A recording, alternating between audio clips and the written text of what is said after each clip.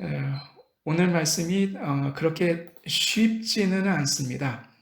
그런데 이제 사무엘상을 보면서 저희가 잊지 말아야 되는 사실이 있지요. 예, 이스라엘의 왕은 하나님의 명령대로 그의 백성들을 다스리기 위한 직분입니다. 백성들이 인간 왕을 요구해서 그 자리가 생겼다 할지라도 왕은 하나님께 먼저 선택을 받고 기름 부음을 받았으므로 여호와의 백성을 주님의 뜻에 따라 통치해야 합니다. 이 선출되는 형식이 중요한 게 아니라 하나님께 속했다는 게 중요합니다. 우리가 세상에서 정치가가 되어도 회사에 신임을 받아서 과장이 되거나 부장이 돼도 교수에게 학위를 받더라도 또는 교회에서 투표를 통해서 직분을 받더라도 일을 할 때 나를 뽑아준 사람들의 생각을 반영하는 게 아닙니다. 내 맘대로 하는 것도 아니지요. 여호와께서 우리를 세우셨기에 그분을 따라갑니다. 우리의 성공과 실패는 사람이 아니라 주님께 달려 있습니다. 이를 알기 위해서 필요한 것이 말씀 묵상과 기도입니다. 말씀을 보면서 기도하는 시간이 길면 길수록 그 사람은 하나님을 따라가게 되어 있습니다. 그러나 자기만의 생각에 빠지거나 사람과 함께 이야기하는 시간이 길면 길수록 그 사람은 인간들의 입장을, 주변 사람들의 입장을 대변하게 되어 있습니다. 사울 왕은 사무엘과의 대화에서 내 백성 곧 사울 왕의 백성과 당신의 하나님, 즉 사무엘의 하나님을 구별함으로써 자신이 백성들의 편에 서 있음을 분명히 합니다. 그래서 저주받은 약탈 민족 아말렉의 모든 것을 온전히 여호와께 드리라는 명령에도 불구하고 백성들의 입장을 듣고 많은 노략물들을 자신과 백성이 차지하도록 만들었습니다. 주님의 입장에서는 이것은 여호수아가 아간의 편을 든 셈이었습니다. 이 온 백성이 도적대가 되도록 방치를 했기 때문에 그는 결국 폐위되었습니다. 그러나 내려오게 하는 방식도 하나님께서는 세상과는 다르게 하셨습니다. 단지 하나님의 영과 지혜를 거두어 가셨지요. 그래서 사울은 자기 머리를 써서 왕위를 유지해야 했는데 그게 너무 버거워서 이제 내일 본문에 보시면 그가 점점 미쳐가기 시작을 합니다. 이제 그러는 사이에 하나님은 사무엘에게 말씀을 하시죠. 내가 이미 사울을 버려 이스라엘 왕이 되지 못하게 하였거늘. 즉 그에게서 하나님의 영을 거두셔서 이스라엘을 이끌어가는 정신적 리더가 될 수 없게 하셨습니다. 세상에서 가장 불행한 사람이 하나님의 영 없이 자신이 감당할 수 없는 자리에 있게 되는 거지요. 내가 그를 위하여 언제까지 슬퍼하겠느냐. 여호와께서 사무엘이 너무 슬퍼하신다고 나무라시는 거지요. 왜 그렇게 사무엘은 울었을까요? 그는 어렸을 적부터 늙어서 은퇴 설교를 할 때까지 그 온전한 사사였습니다. 그런 사무엘에게 세 가지 슬픔이 있었는데 하나는 자녀들의 문제입니다. 사무엘은 이들을 사사의 지위에서 내려오도록 직접 명령했습니다. 장성한 자녀들이 자리에서 내려오도록 하는 아버지는 세상에 거의 없지요. 그는 고통스러웠을 겁니다. 두 번째는 사무엘의 제자의 문제입니다. 사울은 사무엘의 제자였지만 상상할 수 없게 타락을 해갑니다. 세 번째, 이스라엘 백성들에게 그렇게 하나님을 전했지만 그들은 하나님께서 자신들의 왕이신 걸 거절합니다. 그래서 사무엘은 정말 열심히 살았지만 이 세 가지 문제는 다른 사사들이 경험해보지 못한 고통이었습니다. 그래서 하나님께서 그에게 너는 언제까지 슬퍼하겠느냐고 하셨던 말씀은 단순하게 들리지 않습니다. 인생의 노년에 자기가 했던 모든 일이 하나님하고 이야기하면서 다 그 위에 세웠다고 생각했는데도 한순간에 무너져 버렸습니다. 그때 여호와께서 말씀하십니다. 베들레헴 사람 이새의 자녀 중에 한 왕을 보았으니 그에게 기름을 부으라 하시죠. 이는 다시 말해 사무엘의 평생의 노력이 물거품이 되지 않도록 하시겠다는 하나님의 의지입니다. 하지만 사무엘은 사울의 변화를 몸으로 겪었던 사람입니다. 중년의 키 큰 남자가 왕위를 절대로 놓을 수 없기 때문에 사무엘이 돌아가려고 하니까 그의 옷이 찢어지도록 붙잡았지요. 뒤에 있는 수많은 병사들이 서 있었는데, 그의 뒤에는 수많은 병사들이 서 있었는데, 주님과 예언자가 뭐라고 말해도 사울의 충실한 부하로 있을 자들입니다. 그 살기를 경험했기 때문에 사무엘이 말합니다. 그 소식을 알면 사울이 저를 죽일 겁니다. 이는 앞으로 이스라엘에 닥치게 되는 어두운 현실을 말합니다. 왕들이 여호와의 예언자들을 계속해서 죽이게 될 겁니다. 하지만 하나님은 말씀하십니다. 너는 암송아지를 끌고 가서 말하기를 내가 여호와께 제사를 드리러 왔다 하고 이새를 제사에 청하라. 내가 네게 행할 일을 가르치리니 내가 네게 알게 하는 자에게 나를 위하여 기름을 부을지니라. 이 암송아지를 드리는 제사는 화목제입니다. 어려움에서 구원하심에 감사해서 주님께 드리는 제사인 화목제는 감사제라고도 불립니다. 이 예배 가운데 사무엘은 실제로 다윗을 만남으로 이스라엘이 구원함을 받는다는 확신을 가지게 되지요. 자신의 평생이 헛되지 않았음을 이 제사 가운데 다가오는 하나님의 선물 가운데서 느끼고 보상을 받게 됩니다. 그리고 이 다윗의 후손 가운데서 세상 전체를 구원하는 메시아가 오시지요. 그분을 통하여 세상은 화평을 얻습니다. 하지만 이 모든 일을, 거대한 계획을 사무엘이 당시에 다 알지는 못했을 겁니다. 이 사무엘이 가졌던 두려움을 작은 마을 베들레헴의 장로들도 가지고 있었습니다. 이미 예언자와 사울왕 사이가 틀어졌다는 소식이 모든 이스라엘에 퍼져 있었던 거지요. 그래서 그들은 평강, 즉 샬롬을 위하여 오시는지를 사무엘에게 물어봅니다. 허나 다윗과 그의 가문을 통해 두려움으로부터 벗어날 유일한 희망이 베들레헴에서 비치게 되니까 예언자는 거짓말을 한 것은 아닙니다. 내가 여호와께 제사하려고 왔으니 스스로 성결하게 하고 와서 나와 함께 제사하자. 그리고는 이 제사에 이새와 그의 아들들을 초청합니다. 이새의 집안이 그렇게 못 살았을 것 같지는 않습니다. 왜냐하면 그의 조상들이 부유하기 때문입니다. 그의 조상들이 부유한 편이죠. 요한 형제, 혹시 이새의 조상 중에 부유한 사람 누가 있는지 기억하셔요? 아니면 에스더? 에스더는 500년 후의 사람이고, 서기 형제 혹시 기억하십니까? 제가 지금 설교 시간에 물어보면 안 되는데 죄송합니다. 그의 조상 가운데 누가 있냐면 보아스가 있습니다. 부자이죠. 문제는 룻의 아내 룻의 남편 보아스.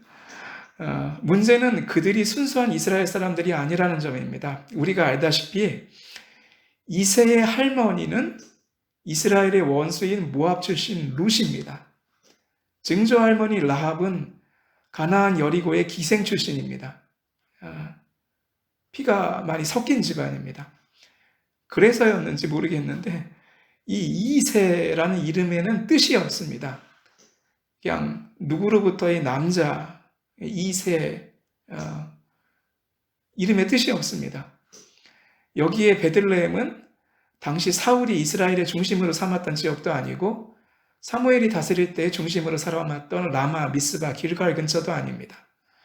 당시 이스라엘 남부 유다 지파 지역은 이민족들이 자주 쳐들어와 가지고 죽이고 약탈을 자주 해서 굉장히 곤란을 겪었습니다. 그곳에 놓여있던 작은 마을 베들레헴은, 그리고 거기 사는 이새의 가정은 남들이 그렇게 주목해보는 사람들은 아니었습니다. 거기에 사무엘이 와서 그들을 불러낸 거지요. 그들이 오매 사무엘이 엘리압을 보고 마음에 이르기를 여호와의 기름 부으실 자가 과연 주님 앞에 있도다 하였더니, 여기서 사무엘의 특징이 드러나는데, 사무엘은 솔직하게 이야기하면 사람을 잘 못 봅니다. 사람의 외모에 압도되고 정신이 팔립니다. 그러니까 하나님께서 옆에서 말씀하시는 겁니다. 그의 용모와 키를 더 이상 보지 말라. 내가 이미 그를 버렸노라. 여호와는 그의 중심을 보시는데 선견자, 선지자 사무엘은 여전히 못 봅니다. 그런데 이 말 안에는 주님의 한이 들어가 있기도 합니다. 다른 건 볼 것이 없지만 잘생기고 키가 컸던 사울에게 기름을 부었는데 그가 왕이 되자 딴 생각을 품은 것에 대한 분노가 하나님의 음성 속에 들어 있습니다. 그런데 이 말씀은 또한 우리의 희망이기도 합니다. 이스라엘을 위해서 주님은 모든 백성을 다 보고 계셨다는 걸 기억합시다. 다시 말해서 이스라엘에서 참된 왕을 구하기 위해서 하나님은 온 이스라엘을 두루 다니시면서 모두를 다 체크하고 계셨던 거죠. 그리고는 말씀하십니다. 내가 보는 것은 사람과 같지 아니하니 사람은 외모를 보거니와 나 여호와는 중심을 보느니라. 이스라엘 백성들은 눈에 보이는 것으로 만족하려 했지만 하나님은 당신의 마음에 맞는 사람을 계속 찾으셨습니다. 그런데 그곳에 없자 사무엘은 이새에게 물어봅니다. 여기에 있는 아들들 외에는 더 없는가? 놀라운 말이지요. 그곳에 없는 자가 있다는 것을 말하지 않아도 알았습니다. 다윗은 이새가 내놓을 만한 아들이 아니었던 겁니다. 즉 아버지조차 이 아이는 남들에게 보여줄 만한 자식이 아니라고 생각했던 거지요. 그래서 제사에 데려오지를 않았었습니다. 다윗이나 이새의 가문이나 모두 이스라엘에서는 아웃사이더였습니다. 그러나 다윗의 중심은 여호와께 있었고 하나님은 온 이스라엘을 샅샅이 훑어서 그를 찾아내셨습니다. 그의 중심은 후에 도망다니는 시기에 더 두드러지게 나타나죠. 억울하고 어려웠지만 그는 사람 의지하지 않고 원망에 사로잡히지 않고 간절히 주님만을 찾습니다. 사람을 의지하지 않고 원망에 사로잡히지 않을 수 있는 사람이 주님께서는 필요하셨던 겁니다. 그 다윗이 없다는 것을 알아챈 사무엘이 비로소 말합니다. 사람을 보내어 그를 데려오라. 그가 여기 오기까지는 우리가 식사자리에 앉지 아니하겠노라. 즉 서 있었던 겁니다. 대단하시지요. 나이가 많으셔가지고 힘드실 텐데도 사무엘은 계속 있겠다고 말을 합니다. 이는 사무엘의 상황이 매우 절박했다는 것을 보여줍니다. 평생 했던 모든 노력이 다 날아갔기 때문입니다. 자녀는 말썽을 부려서 눈물로 끌어내렸고 후계자는 하나님과 자신을 떠나버렸고 말씀 선포로 회개한 줄 알았던 백성들은 모두 아간처럼 변해버렸으니 사무엘은 정말 절박했을 겁니다.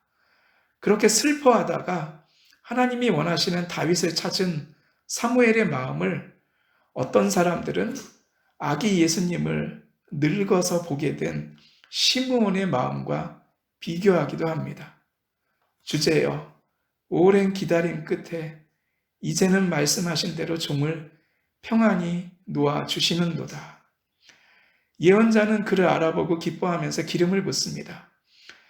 이 사건은 사무엘과 다윗 사이의 비밀이었습니다. 기름 붓는 일이 매우 조용히 진행되어서 심지어는 형제들조차 몰랐던 것 같습니다. 그의 형제 중에서 그에게 다윗에게 부었더니 이 말의 뜻은 형제들 중에서 그를 선택하여 기름을 부었다는 의미이지 형제들이 보는 앞에서 그에게 기름을 부었다라는 뜻은 아닌 것으로 알려져 있습니다. 이집트 사람들은 기름을 붓는 게 그 사람을 저승신들의 권세로부터 보호해 준다고 믿었고 파라오는 스스로는 기름 부음을 받지 않았으나 그가 자기 관리들과 속국의 왕들에게 기름을 부었습니다. 이렇게 기름 부음은 왕들이 파라오에게 위아래 관계에 있음을 확증해 주었고 파라오가 그들을 보호한다는 걸 뜻했습니다. 이를 유추해 보면, 비교해 보면 기름을 붓는다는 것은 단순히 왕으로 임명한다는 뜻만이 아니라 보호의 상징입니다. 보호해 주겠다는 의미입니다. 그래서 여러분과 제가 성령 받기 위해서 노력하는 이유 중에 하나는 성령을 받는다는 것은 하나님께서 저희를 보호해 주신다는 의미이기도 하기 때문입니다. 하나님은 이렇게 다윗을 죽음의 권세로부터 보호하시면서 지키실 겁니다. 그가 하나님 밑에만 있다면 말입니다. 물론 다윗도 나중에 여러분들이 사무엘하 2장 4절에 가서 보면 백성들에게 기름 부음을 받기도 했습니다. 이는 백성들이 사울 왕처럼 이 쌍방계약으로 그를 왕위에 세웠다는 걸 뜻합니다. 자신들에게 맞게 다스려 달라는 거지요. 하지만 다윗은 사울처럼 실수하지 않습니다. 주님의 기름 부으심이 화려하지 않았고 이를 본 사람들이 많은 것도 아니지만 자신을 먼저 왕으로 삼으신 것은 백성이 아니라 여호와입니다. 그는 여호와의 영을 받아 이를 잊지 않았고 자기 백성이 아닌 하나님의 백성으로 그들을 다스렸습니다. 다윗에게 기름을 부었던 사무엘은 그래서 큰 위로를 받고 집으로 돌아갑니다. 사랑하는 여러분, 여러분이 현재 서 계신 위치는 어디이십니까? 누구의 뜻대로 거기에 서 계시고 누구의 뜻대로 움직이고 계십니까? 교수나 상사의 요구와 명령을 받는다 하더라도 그것을 하나님께 내어놓으며 기도하십시오. 주님, 제가 어떻게 할까요? 사람은 결코 아무에게나 물어보지 않습니다. 많은 사람들은 결국 마지막에는 자기가 알아서 자기 생각대로 움직입니다. 그 사람들에게는 자기 자신이 신이기 때문입니다. 자기 중심에 자기 자신이 있습니다. 그러나 그리스도인은 모든 것을 하나님께 여쭈어 보면서 살아갑니다. 그러면 주님께서는 인생의 마지막에 사무엘처럼 후회의 눈물을 흘리는 상황에서도 그것을 기쁨으로 반전시키십니다. 우리의 중심에 여호와가 계심을 보시기 때문입니다. 주님은 우리의 실수와 후회함을 승리로 바꾸십니다. 우리가 하나님을 의지한다면 말입니다. 그 여호와 하나님을 나의 왕으로 모시면서 살아가는 저와 여러분이 되기를 주의 이름으로 축원합니다. 이 시간 함께 다 같이 기도하겠습니다. 하나님, 저희가 세상에서 각자의 위치가 있습니다. 다 자신들을 위해 여러 사람이 있기도 하기도 하고 자신들 밑에도 사람이 있기도 합니다. 또는 많은 것을 스스로 결정하면서 살아가기도 합니다. 그러나 사울과 다윗의 기름 부으심의 이야기를 보면서 저희는 다시 깨닫게 됩니다. 우리가 성령을 받았다면 우리의 주인은 하나님이십니다. 하나님이 우리의 왕이십니다. 그 주님께 모든 것을 아뢰고 물어보며 하나님의 음성대로 이끌림을 받는 저희 되도록 주님 축복하여 주시옵소서. 감사하며 예수 그리스도의 이름으로 기도합니다. 아멘.